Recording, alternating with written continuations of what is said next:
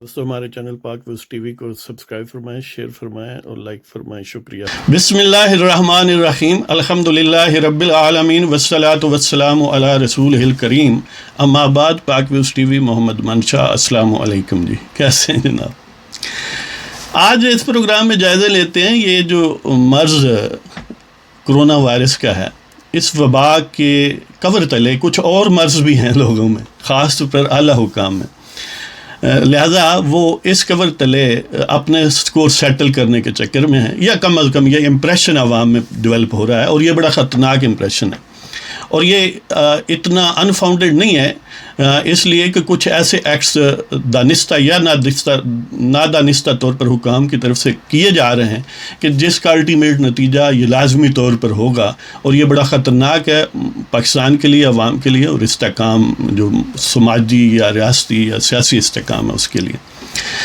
कि कुछ लोगों में ये तअस्सुर उभर रहा है कि ये दीन और दीनदार लोगों के ख़िलाफ़ इस कवर के तहत कार्रवाइयाँ की जा रही हैं, और मसाजिद को वीरान करने की कोशिश है, और ख़ास तौर पर एक मखसूस स्कूल ऑफ थाट जो है उसके लोग इसके पीछे हैं, और एक मखसूस स्कूल ऑफ थाट जो है वो निशाने पर है। इसकी ताज़ा तरीन मिसाल, वैसे तो बहुत सारी मिसालें लोग देते हैं, लेकिन एक वो कहते हैं ना, मुश्ते नमूना अज़ खरवारे, या देख का एक चावल ही चखा जाता है तो पता चल जाता है कि देख कैसी है। तो उस वाले से आपको वही वाक़या जो एक दो दिन पहले है कि एक शराफत खान नामी खातून थानेदारनी, वो कराची की एक मस्जिद, शायद उसका नाम मस्जिद हकानी है, उसमें बूटों समेत अपने अमले समेत दाखिल हुई। गोया वो जुमा क्यों पढ़ रहे हैं, और वो जो इस वबा के वाले से जो भी हुकूमती हदायत उनकी खिलाफ वर्जी हो रही है, लिहाजा वो बूटों समेत दाखिल हुई। आपने ये तो सुना होगा कि मकबूजा कश्मीर में फ़ौज बूटों समेत दाखिल हो गई मसाजिद में या फ़लाँ जगह हो गई, लेकिन ये मुल्क पाकिस्तान की बात है ये किसी और जगह की नहीं है। तो वो दाखिल हुई और फिर यानी वहाँ पर नमाजियों को गाली गलोच किया और बदतमीज़ी की, और जब उन्होंने एहतजाज किया तो ज़ाहिर है इतने जब लोग इकट्ठे थे तो उसमें धींगा मुश्ती हुई। खातून की ऐनक, जो ऐनक वैसे भी कोई साथ बेल्ट के साथ तो बांधी नहीं होती, वैसे ही गिर गई। लिहाजा खातून कहती है मुझ पर कातलाना हमला हुआ है, देखो मेरी ऐनक भी टूट गई है। हैं जी, यानी फिर उन लोगों के ख़िलाफ़ मस्जिद कमेटी और इमाम मस्जिद वगैरह के ख़िलाफ़ जो है, नमाजियों के अलावा उनके ख़िलाफ़ FIRs दर्ज की गई, दहशतगर्दी की दफ़ात भी लगाई गई। हमारे मुल्क में दहशतगर्दी का कानून वैसे तो बनाया जाता है दहशतगर्दी ख़त्म करने के लिए, लेकिन ये फिर पर्सनल स्कोर सेटल करने के लिए, और आला हुकाम और सियासतदानों जो भी इक़्तिदार में हों, या जो भी इक़्तिदार के किसी और मनसब पर, जैसे अदलिया वाले हैं, यानी जज भी हुक्म देते रहते हैं कि क्योंकि मेरी इसमें इंटरेस्ट है, जैसे साकिब निसार है, तो वो हो सकता है कि फरमाइशी वो दहशतगर्दी की दफ़ात लगा दें। ऐसा बारहा आप दाएं बाएं देखें तो होता है। यानी जो था किसी और मकसद के लिए, फिर वो अपने ज़ाती दबदबे के लिए इस्तेमाल करते हैं कि मैं सबक सिखा देंगे। लिहाजा उस थानेदारनी ने भी ज़ाहिर सबक सिखाना था, तो उसने न सिर्फ ये कि इमाम मस्जिद के ख़िलाफ़ और कमेटी के ख़िलाफ़ FIRs दर्ज करवाईं, बल्कि दहशतगर्दी की दफ़ात लगवाईं। अगर इसी लाइंस पर सोचा जाए तो अभी चंद दिन ही हुए हैं, आपको पता है कि हुकूमती सरपरस्ती में कहीं इमदाद का जो भी ड्रामा ये रचाते हैं वो हो रहा था, तो वहाँ भगदड़ मची और एक खातून फौत हो गई। तो मस्जिद में तो सिर्फ ऐनक टूटी है तो दहशतगर्दी की दफ़ात लग गई हैं, तो फिर चाहिए तो ये ना कि उस प्रोग्राम के सरबराह या जो भी महकमे का सरबराह उसके खिलाफ दहशतगर्दी के पर्चे हों, उधर तो बंदा भी फौत हो गया ना।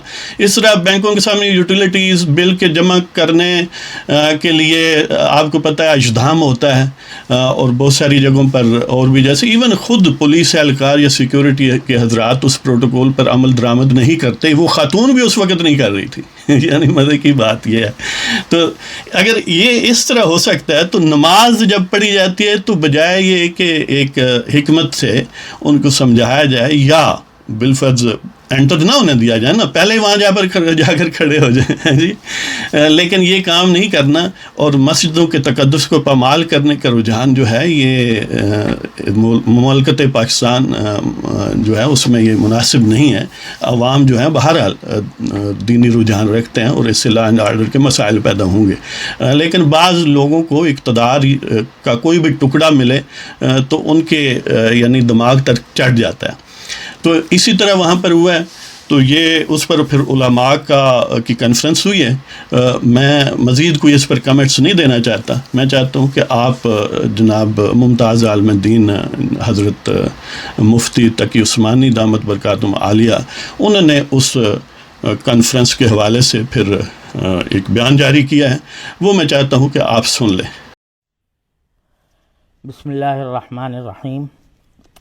الحمد للہ رب العالمین والصلاة والسلام علی سیدنا و مولانا محمد خاتم النبیین وعلی آلہ واصحابہ اجمعین وعلی کل من تبعہم بإحسان الی یوم الدین. اما بعد، برادران اسلام، میں محمد تقی عثمانی جامعہ دارالعلوم کراچی کا خادم آپ سے مخاطب ہوں.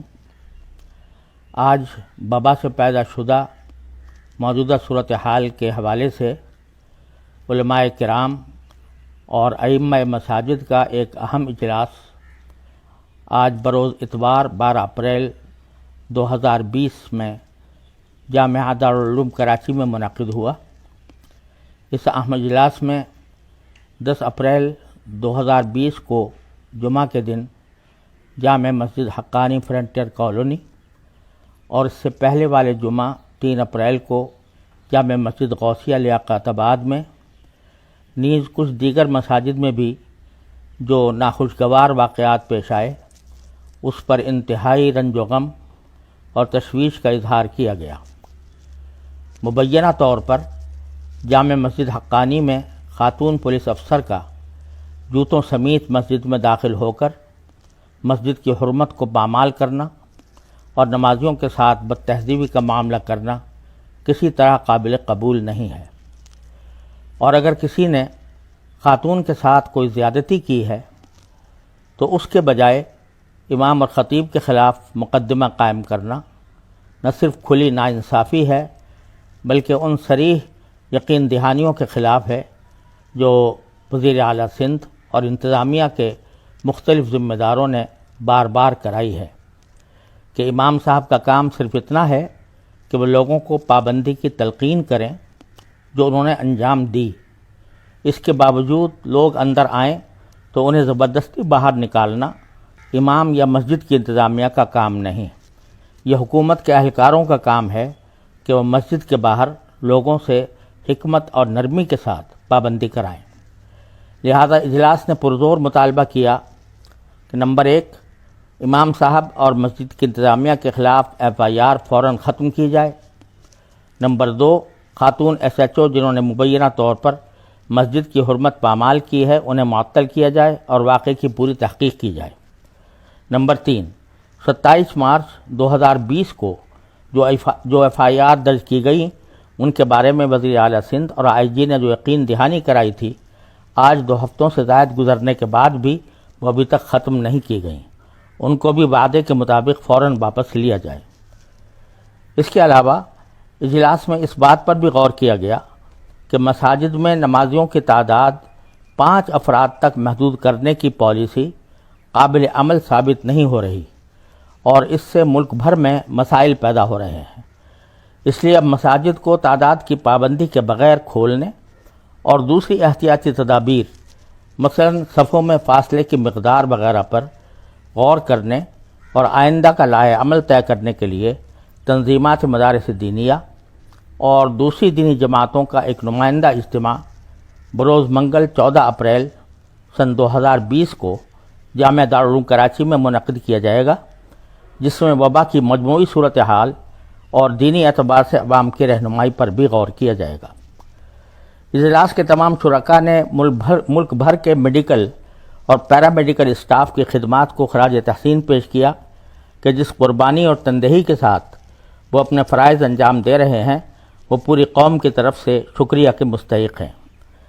اجلاس کے شرکاء نے عوام سے اپیل کی ہے کہ وہ ان کی اور پوری قوم کی سلامتی کی دعا کریں. اجلاس میں یہ مطالبہ بھی کیا گیا کہ وبا کے پھیلاؤ کے سلسلے میں کسی ایک طبقے مثلا تبلیغی جماعت کو نشانہ ملامت بنانا کسی طرح درست نہیں. قومی آزمائش کی اس گھڑی میں پوری قوم کو متحد ہو کر اس آزمائش سے نجات حاصل کرنے کی کوشش کرنی چاہیے۔ وآخر دعوانا ان الحمدللہ رب العالمین۔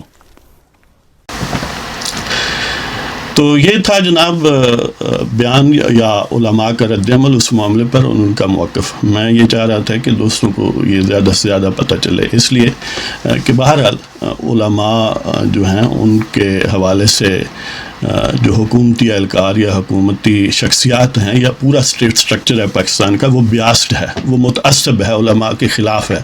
تو اس لیے میں چاہ رہا تھا کیونکہ یہ تازہ ترین اور بڑا ریلیونٹ ایشو ہے، تو آپ لوگ اس پر غور فرمائیں اور اکارڈنگلی دینی معاملات میں اپنے علماء سے رجوع کریں۔ ظاہر ہے ہم تو ناچیز ہیں اس حوالے سے۔ تو اب اجازت، خدا حافظ۔